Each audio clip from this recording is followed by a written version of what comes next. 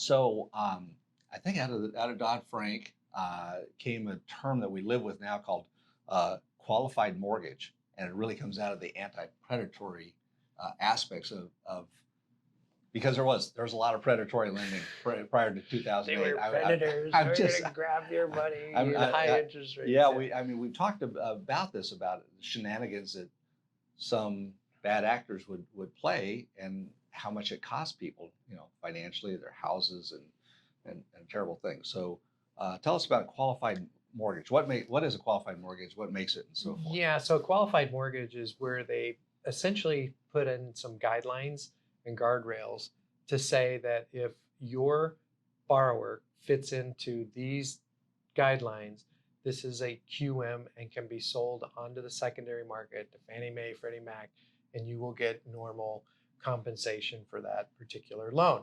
And so it's basically the vanilla, if you will. Nothing's vanilla, but the kind of vanilla loans that are in there. And essentially, there's what's called the ability to repay. It's a huge thing in our industry, is verifying that the borrower has the income and has the ability to repay that loan at the terms that they're provided to them. They look at debt to income ratios, and the debt to income ratio that they set for a QM loan was 43%. Now, I will tell you, when the market was a little bit like on shaky ground, they gave some variance to that to where it was a little bit higher than 43%. And we may go down to that, but for now, we're still a little bit higher. So these are much less risky loans, good FICO scores, the meets the Fannie Mae and Freddie Mac guidelines, and the interest rates have to fall within a certain level. They can't be predatory, as you were talking about. They can't be too high. They have to be within this range of the fair open market rate. And I think it's like 1.5% above that. Okay, so if it's 5%, you can go up to 6.5%. Correct. But once you go out of that, then it's not QM. Not QM. So what happens when someone falls outside of the QM but still wants a loan? And there's definitely loans for people. There's all different kinds of loans, and it's just trying to understand what their situation is. But it would be a non-qualified mortgage.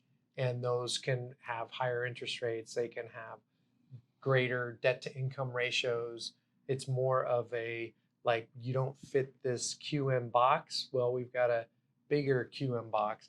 And typically non-QM loans are going to be higher interest rate.